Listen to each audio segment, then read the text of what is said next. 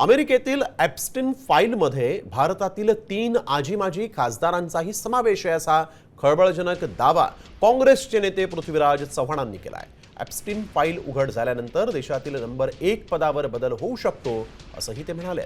दुसरीकडे अमेरिकेतून अंधभक्तांना कोमात टाकणारी बातमी येईल असा टोला संजय राऊत यांनी लगावला आहे। 3 लोक आजी-माजी खासदार आहेत भारतातले, 3 लोकांचे नावे। आता कोण आहेत ते 19 तारखेला कळेल असेल तर।